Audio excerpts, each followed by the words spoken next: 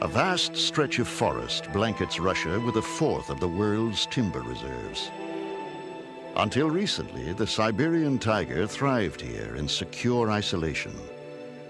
Under the strict dictates of the old Soviet system, the tiger was protected.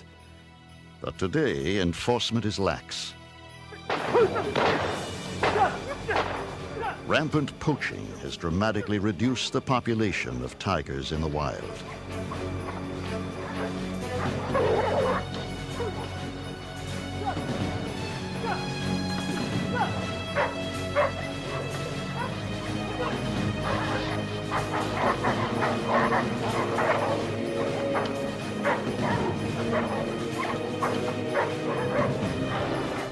In the Asian medicine market, everything from the eyes to the tail is valued for its legendary curative powers.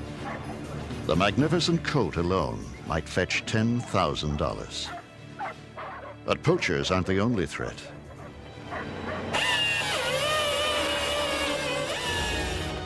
The tiger's habitat, part of the largest natural forest in the world, is rapidly disappearing. It's being cut at a rate of 10 million acres a year.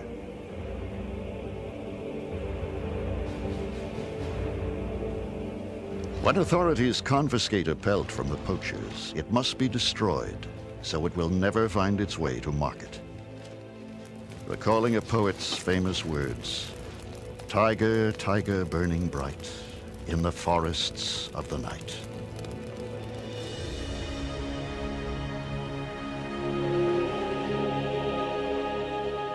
The coast of eastern Siberia. The Siberian tiger once ranged across much of the Asian continent. Once, they numbered in the thousands. Now, only some 300 survive in a narrow band of mountains on the Sea of Japan.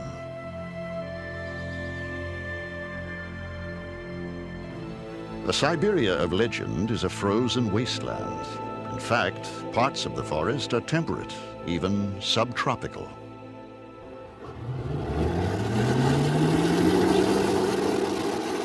Here, Russian and American scientists are seeking to study wild Siberian tigers in a last-ditch effort to save them. Dr. Morris Horniker, an American big cat authority, has brought desperately needed technology to this crucial effort.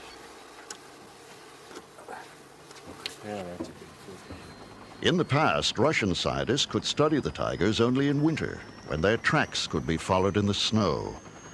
Now, with radio tracking devices, the elusive cats can be studied sight unseen and year-round.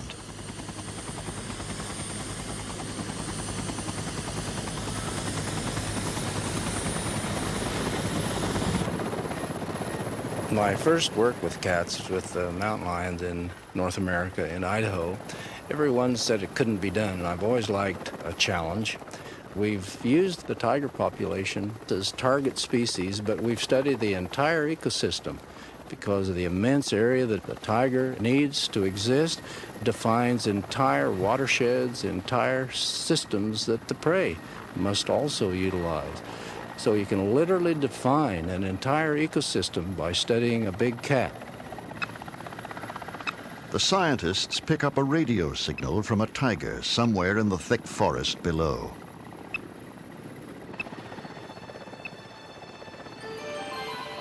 In fact, it's a number of tigers, and incredibly, they're out in the open.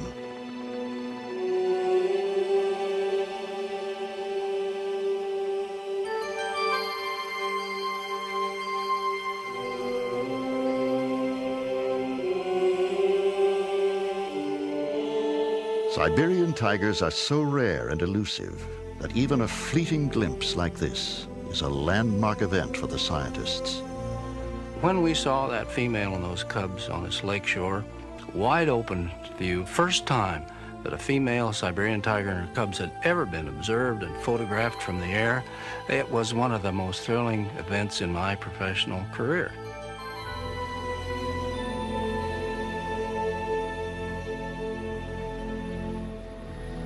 Horniker's team has tracked some dozen tigers by radio, trying to determine such essential facts as their range and distribution.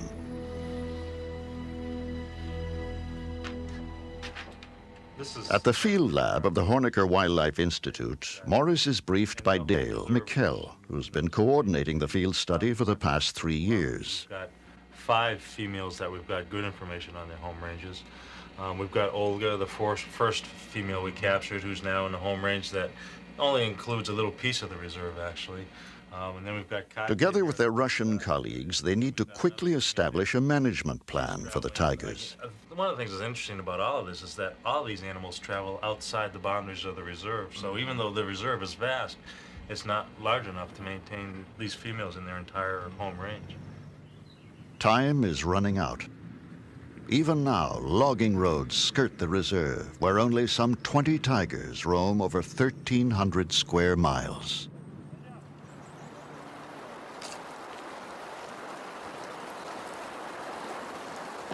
The researchers receive word that a tiger has been caught in one of their snares. A chance to add a new animal to their study group. Bart Schleyer and Dr. Hornecker prepare to sedate the tiger.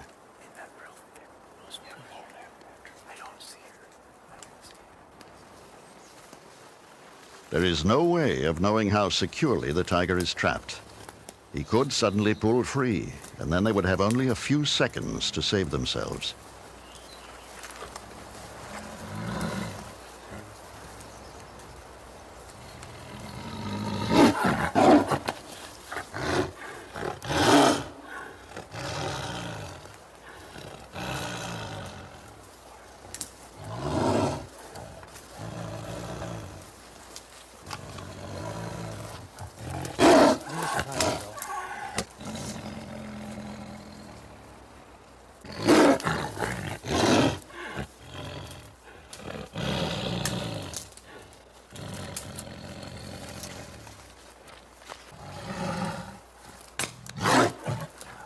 A tranquilizer dart should quiet the tiger down. Still, the dosage required is always in doubt. Too much endangers the tigers, too little the researchers.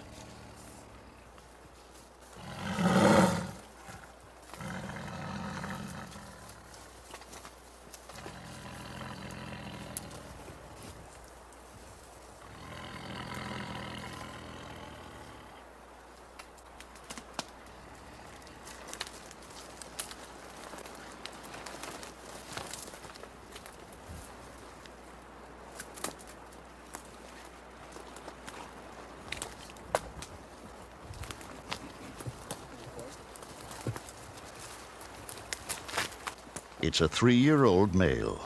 When fully grown, at about age 6, he'll weigh 600 pounds or more. But even now, he's an armful. This is about all we can do, guys. He's just too heavy.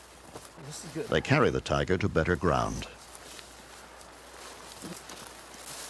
Boys, top it up. His eyes must be artificially lubricated, since the blink response is sedated. Let's get the snare off. These massive jaws can crack the spine of a wild boar with a single bite. Young male tiger. Its feet are like thickly padded snowshoes with retractable claws. Boy, he's a beautiful animal. The radio collar allows them to track the tiger and help answer some crucial questions. How much territory do the tigers require? How many elk and deer and boar? How do they react to human encroachment?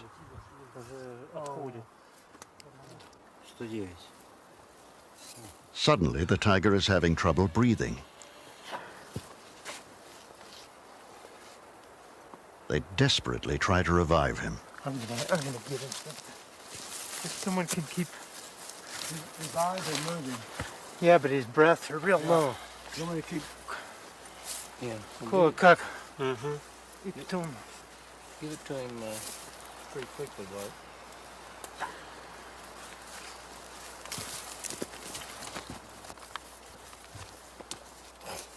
You sure rocks. Nada.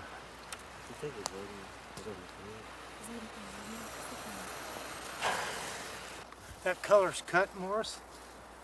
That collar's cut? Yeah. Because we might have a cat that comes up real quick. The tiger must be given a stimulant. Nieto cola.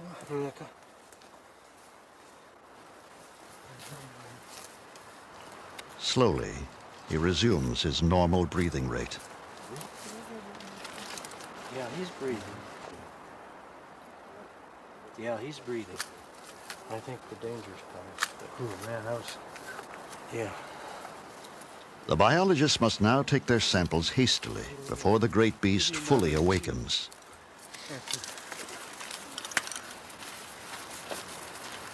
Push me through. Right behind her.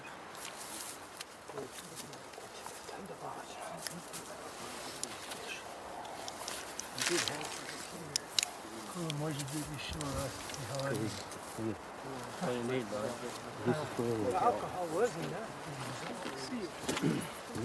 Wasn't this starting to seizure? Little seizure. Let's get out. They're reluctant to lose sight of him before he's safely on his feet, but also eager not to be in his way.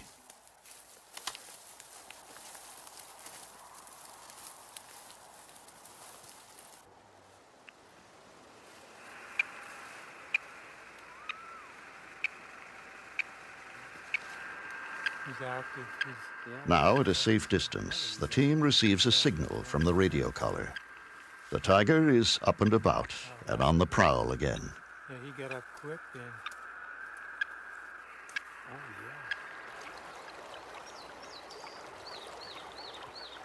In another part of the reserve, the team is concerned about the signal from a tigress named Olga. She was the very first collared with a radio. Olga, it appears, has remained in the same area for a long time, a sign that she may be dead, or that she's found a den and given birth.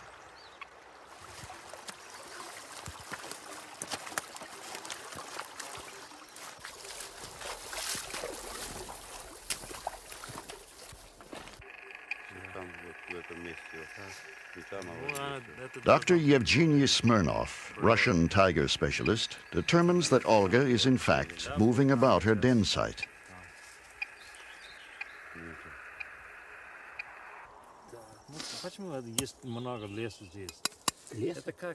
The researchers decide they'll attempt to enter the den to earmark the cubs. They'll need to wait until night, when the tigress should be out hunting, hopefully far from home. Убить у нас или что? Конечно, у нас только один вариант – ходить туда, когда ее нет.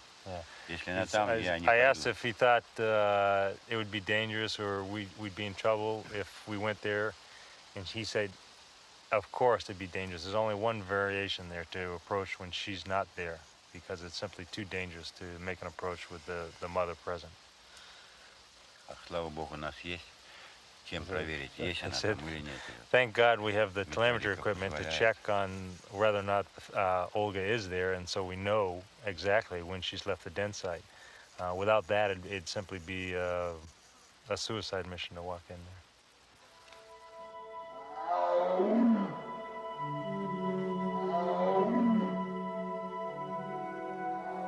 The fading radio signal indicates that Olga has left her den.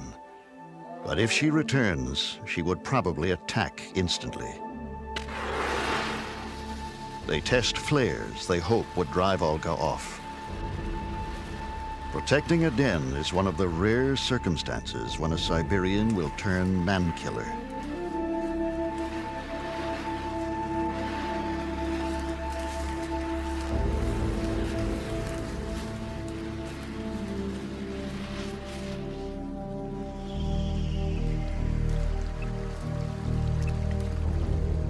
Night is the time when tigers are most alert and aggressive. Their night vision is far superior to humans.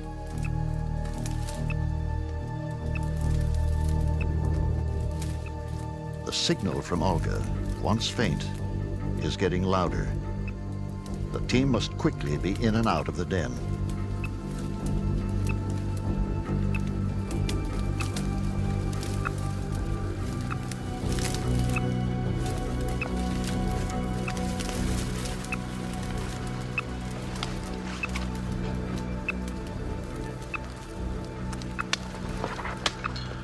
this is it.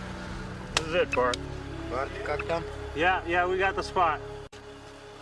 Gloves soaked with tiger urine are worn so the mother will not detect their intrusion and reject her cubs.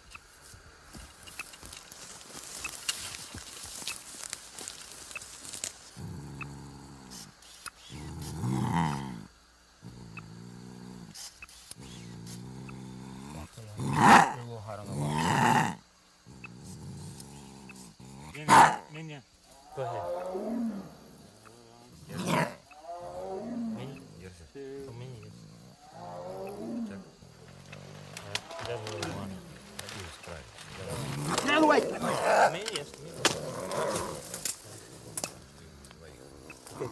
Подожди.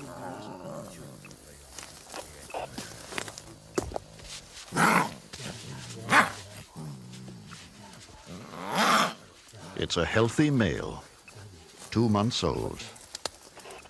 The cub already weighs about 13 pounds. Okay. Dale, I'm still getting a signal, and it's really not that weak right now. We're probably going to have to hurry if you can.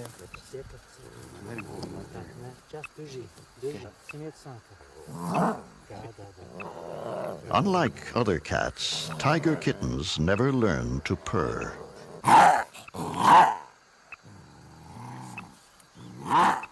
An ear tag is inserted for future identification.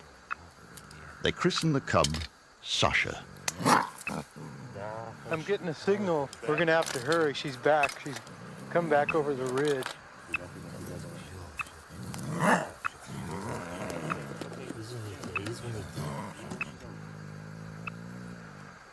Their daring has set a new precedent. For the first time ever, scientists have examined and returned a cub to a den in the wild.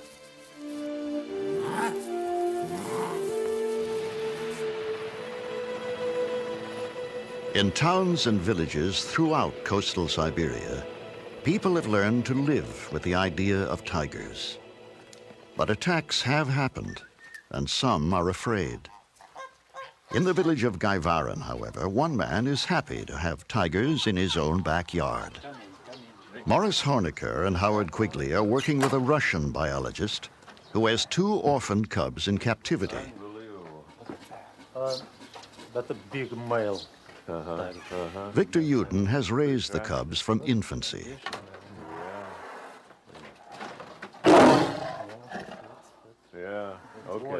Victor is the author of a definitive natural history of the Russian wolf. But he soon learned that Kucher the tiger and Nyurka the tigress are different animals indeed.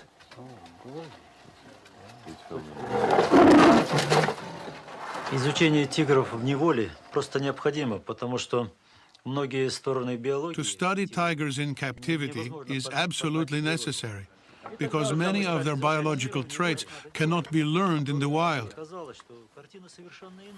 Comparing the results of the tiger studies that were done in captivity and in the wild helps us to develop the methods of how to preserve the tiger as a species in reserves like Sihote-Alin. The young tigers have outgrown their cages, and so, with the support of the Horniker Wildlife Institute, an enclosure is built in the adjacent woods. Though a far cry from the hundreds of square miles a tiger in the wild would roam, these 6 acres will provide the young captives with the opportunity to run and hunt, and hopefully even mate and have cubs. But there are neighbors in the area. Victor knows the importance of keeping them well informed, especially now when the tigers will soon be turned loose into the enclosure. So he brings local school children to the compound.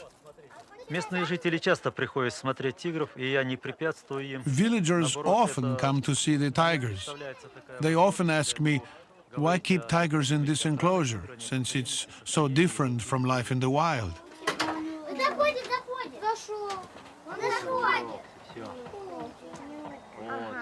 Сейчас на дядю Марка Очень часто спрашивают, для чего вот держать тигров в этом вольере. I explained to them that there are limitations to what we can and cannot learn from observing tigers the way we do in the wild by simply following tracks through the snow. Наблюдая тигров по следам в природе. После того, когда люди понимают, что это не просто забава, а Afterwards, when people realize that it's not just for fun, that it's serious work, they look at me in admiration, as if I were a Superman, I guess.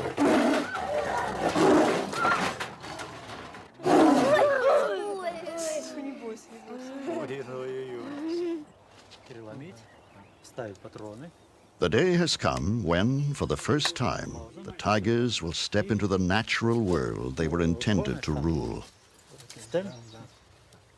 No one knows how they'll react to their new enclosure. For Victor, it's an especially anxious moment, for he hopes the enclosure will be home to these tigers for the rest of their lives.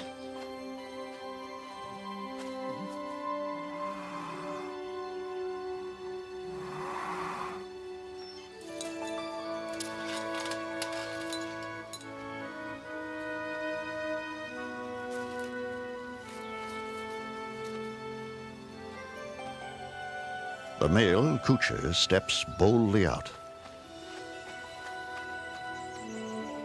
For the first time, the light through the trees, the smell of grass and leaf, the feel of the soft earth. Nierka, the female, is unsure of all this and even tries to close the gate. But soon curiosity overcomes caution.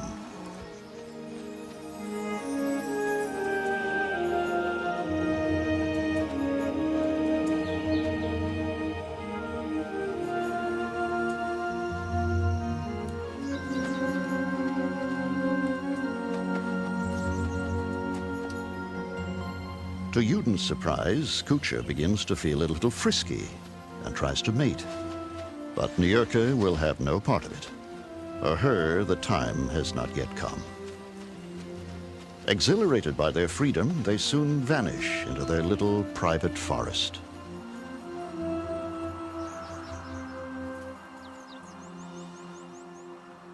To feed his feline charges, Dr. Yuden collects roadkill. Victor feels he knows the mood of his tigers so well, he can risk entering the enclosure.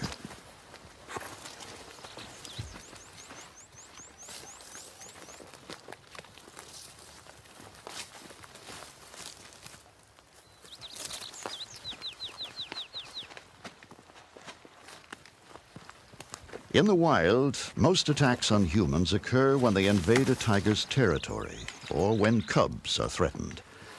Unlike Bengal tigers, Siberians have never been known to hunt man.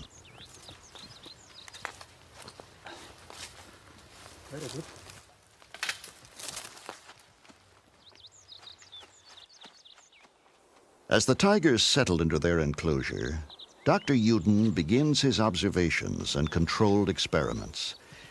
He hopes to learn which behaviors are innate and which would need to be taught to captive tigers before they could be released into the wild. Tigers live in a world of feast or famine. Still, Kucha must wait his turn. Dr. Yuden notices it's the female who feeds first.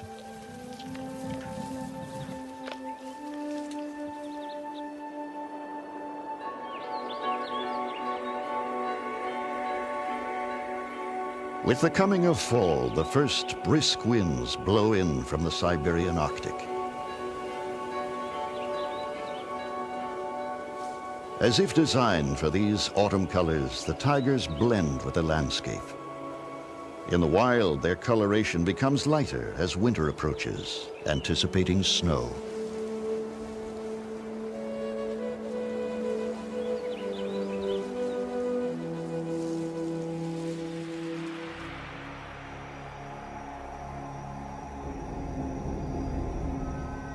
Dr. Yuden confronts one more problem that makes the study of tiger behavior so difficult. The tiger is largely a creature of the dark.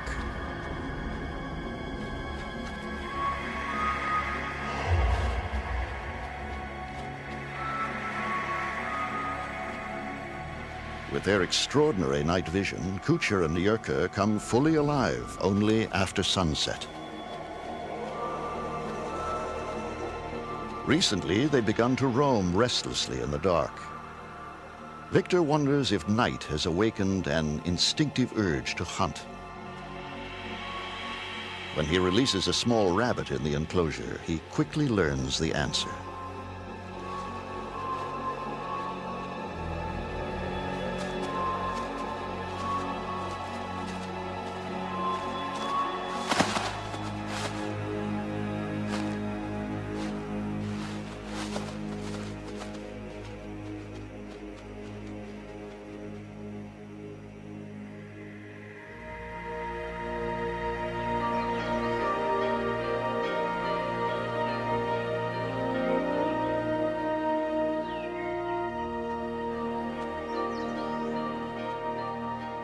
After several weeks, the tigers have established their territory in the enclosure.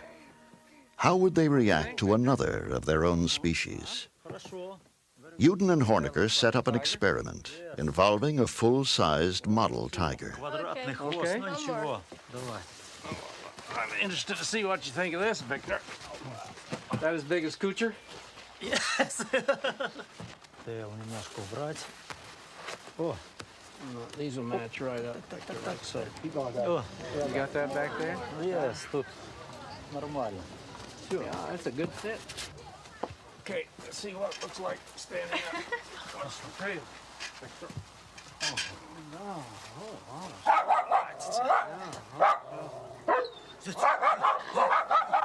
Victor's dogs are convinced. They immediately recognize an arch enemy.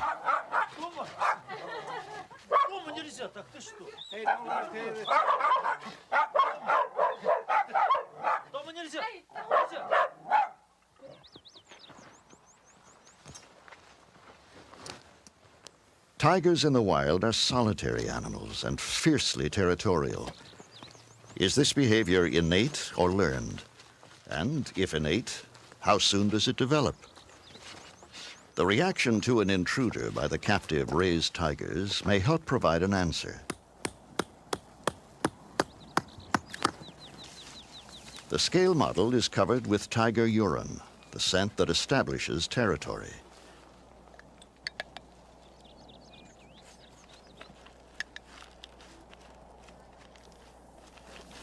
Recordings of tiger calls will be played into the enclosure. The stage is set.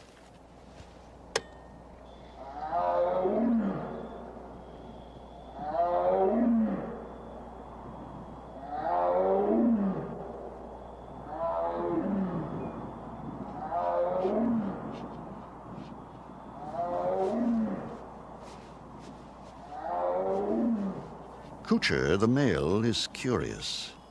He spends hours observing this strange creature.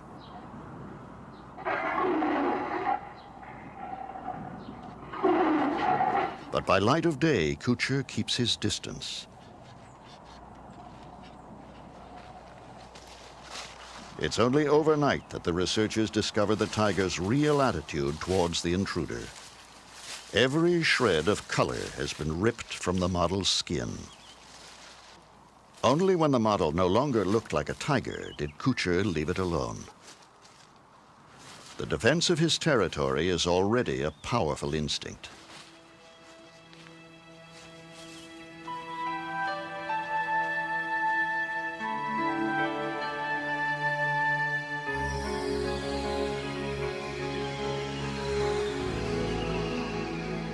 It was the long Siberian winter that created the tigers of the snow, demanding robust size, padded paws, and thick fur. But it is also winter when they are hunted, when they are most easily seen, this time by a scientist.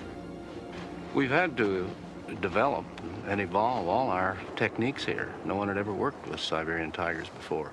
So we utilized foot snaring to capture the tiger, and it's worked very successfully. But some of them are becoming very trap shy. Some of them have become very difficult to capture. So in order to maintain the continuity of our data collection, in order to keep track of certain individuals, we've had to utilize helicopters. The hunt begins to recollar certain tigers. The information the collars provide is critical to understanding the boundaries required for the tiger's survival.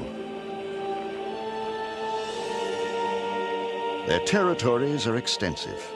Females may range up to 200 square miles, males perhaps 500. Losing contact with the study animal is their greatest fear. Each one is precious to the scientists. The collars we put on animals last about 2 to 2.5 years, and then the batteries, lithium batteries, run out, so they simply need to be replaced. Once we've invested 2 years in an animal and gathering information, that animal becomes very valuable to us because it has a history. And the longer we can maintain contact with an animal, the more we learn about its life history patterns, how often it has young, how long they live, its whole life history.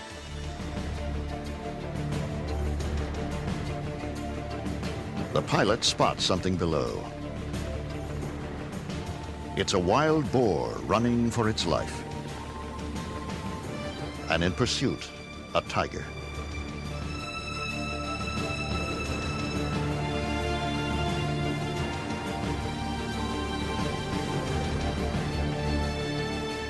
Tigers miss most of their prey. This time, the helicopter provides a distraction, saving the boar. The tiger is not amused.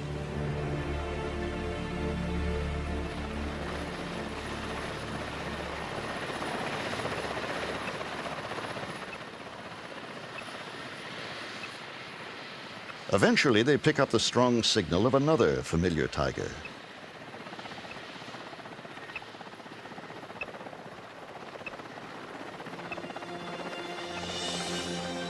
It is Olga, mother of the cub found in the den.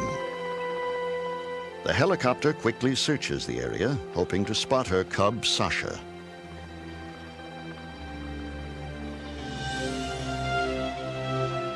And Sasha is there. No longer a small cub, but thriving well. The young are raised by the mother alone. Sasha will stay with her for 18 to 20 months until it's time to establish his own home range.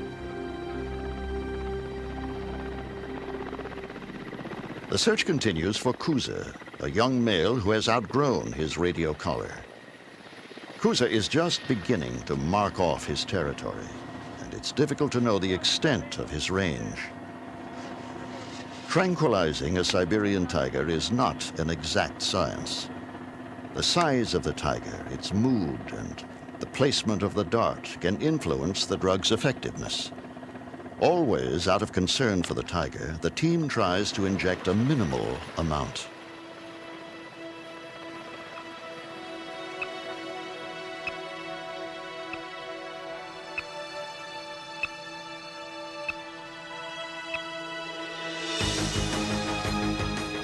After long hours and much precious fuel, the tiger is spotted. In pursuit, the helicopter must fly very low over dense forest, a dangerous maneuver. It's a far cry from hunting on foot for Bart Schleyer. There's usually just a real narrow opportunity to dart, and sometimes there's a limb in the way, and there's been a number of times when I probably could have gotten a dart into an animal, but I'm too worried about a deflection of the dart and having the dart deflect into an improper placement in the animal, which would injure it, which we don't want. So I'm real stressed by trying to get a proper hit on an animal.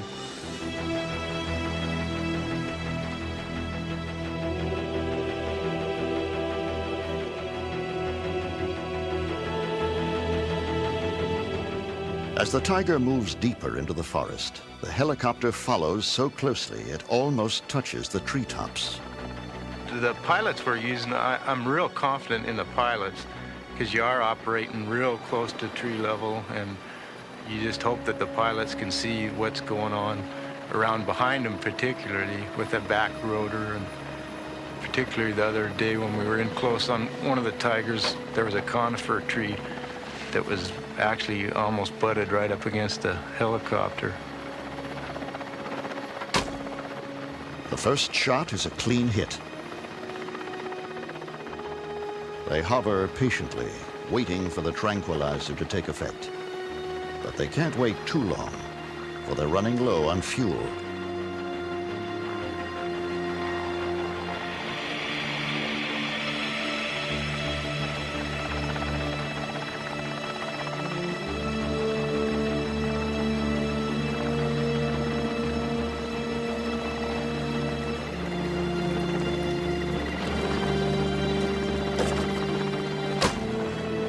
Bart fires another dart into the tiger.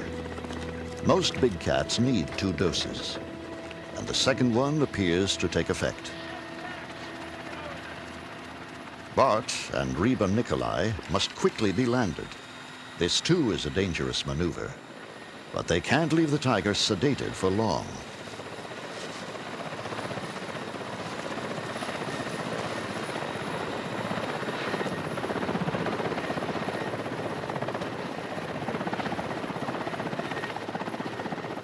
The pilot is very concerned now.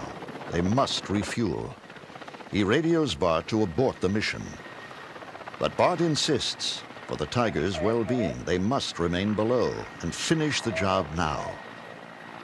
The helicopter races back to refuel.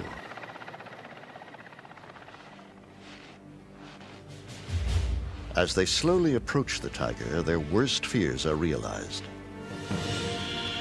The tiger is up and moving. The dosage was insufficient.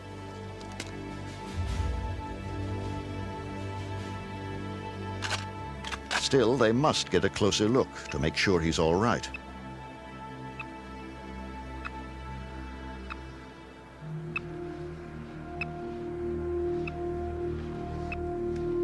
They proceed with caution, knowing they are intruding in a fierce young tiger's newly claimed territory.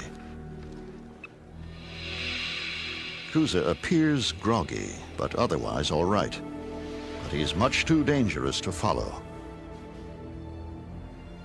Now they can only await the helicopter's return and hope the young tiger has seen enough of them.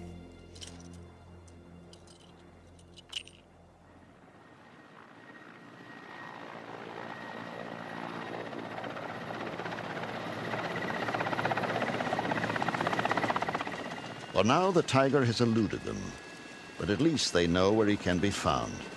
Eventually, he'll be located and fitted with a new collar. At last, they are brought aboard to the relative safety of a helicopter hovering in the treetops.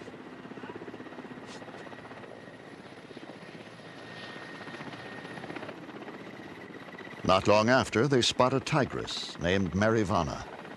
She is very aggressive and even climbs a tree to attack the helicopter. She only provides a better target for Bart Schleyer.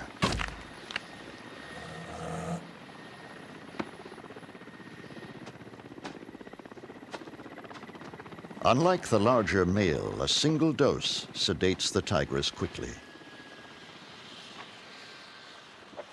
Let's take blood, and that's about it, right? Let's check the other side of the archer. Okay, all right, this. The old collar is measured against the new one, which is given an extra notch for growth.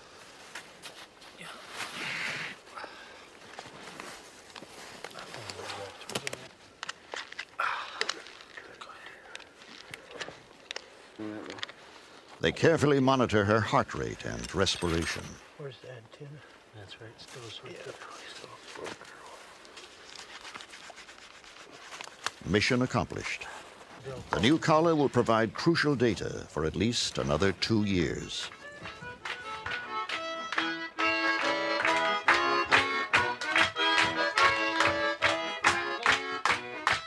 Not far from the cold, forbidding wild, the success of the venture is celebrated Russian style. It's also Bart Schleyer's birthday. For American and Russian alike, it's a camaraderie born of years of shared dangers and shared dreams.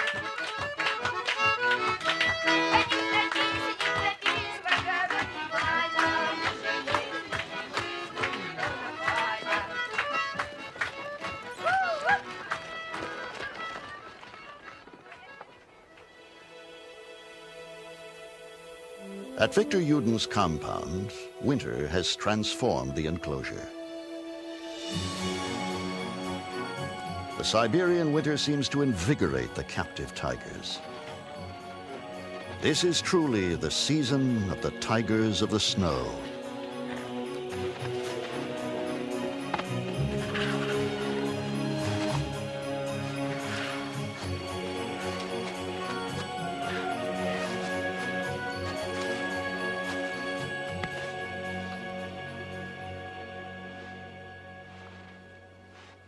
As Victor Yuden observes, Kucher, the male, continues to stake out his territory, spraying the trees with his scent. In what is called a flamen, the female tests the air for his scent. Then it's Kucher's turn to detect if his mate is in heat. And she is. Nyurka, the female, initiates the coupling. And so, the mating period begins. Если же нам удастся получить еще молодых тигрят, If we succeed in getting young cubs, it would be great, because then we can develop the best methods for returning the young tigers back into the wild. воспитать их в условиях, приближенных к естественным, чтобы они... We'll try to bring them up in natural conditions so they will more easily adapt to joining the wild tiger population here in the reserve.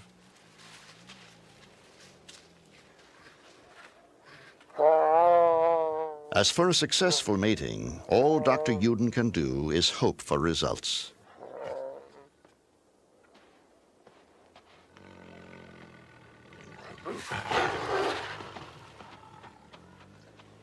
Кучер, ну-ка иди скорее домой.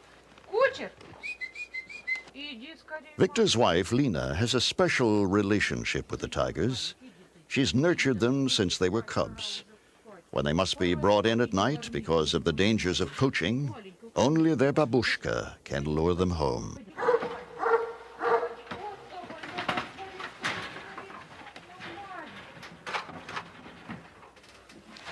Нюрка, иди, моя маленькая, иди сюда скорее. Нюрка, иди скорее, моя маленькая. Живность, иди сюда, сюда скорее. Иди скорее, мои маленькие. Маленькие мои, маленькие, иди скорее, скорее, скорее. Иди скорее, маленькая, домой иди. Иди домой скорее, иди сюда. Вот не хочет выходить. Иди сюда, Нюрка. Нюрка, иди скорее сюда. Нюрка. Скорее, скорее, заходи домой. Over the next few days, the tigers breed often, sometimes dozens of times a day. At last, the breeding ends, and Nyurka moves into her den. She should give birth in about 100 days.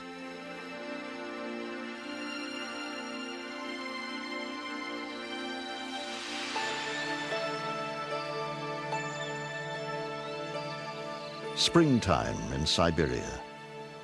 Dr. Hornecker receives word from Victor Yuden that Nyurka has given birth. But something's wrong.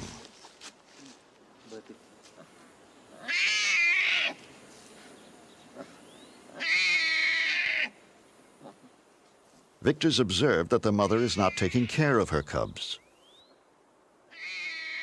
This is not uncommon when big cats give birth in captivity.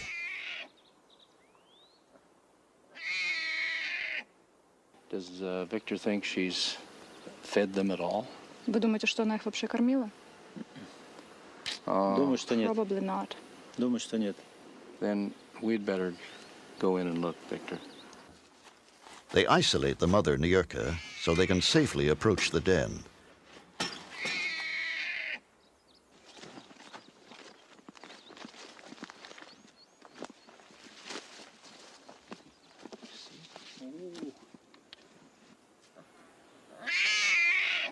One of the cubs is up and about, but looks hungry and unkempt. The other cub is barely moving, and Victor is clearly concerned.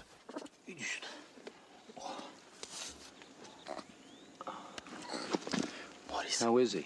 Yeah. Oh, yeah. Yeah, the poor little guy.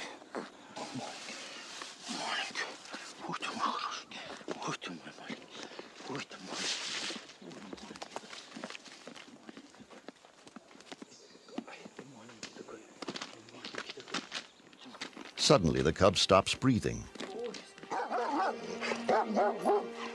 Victor rushes it inside, where he will try to revive it.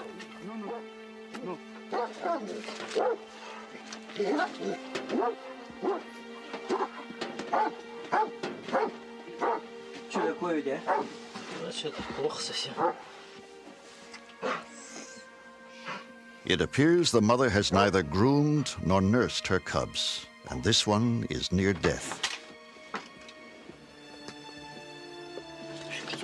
With infinite patience, Victor massages the heart, hoping against all odds to bring the cub back to life.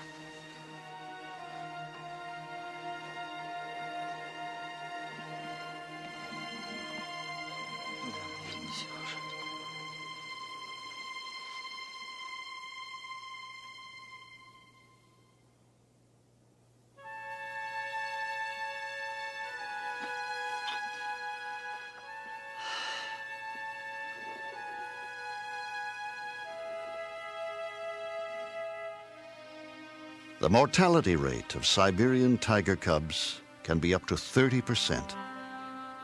With so few born in the wild, the survival of captive cubs is critical to the species.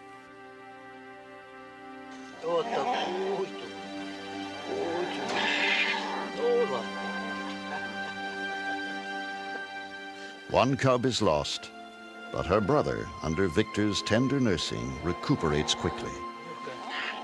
He's named the cub Globus for a world that cares about him, even if his own mother hasn't learned to.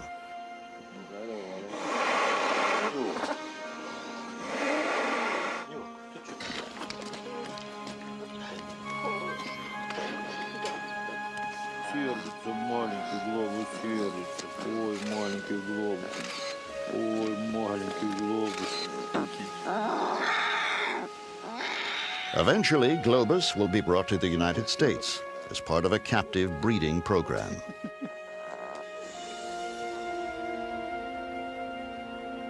When he is, he'll be following other cubs orphaned in Siberia and sent by Dr. Hornecker to the snows of Omaha, Nebraska. They're now part of the world's most successful breeding program for large predators. The tigers are bred here with the goal of returning the cubs back to the wild. But what kind of environment will await them?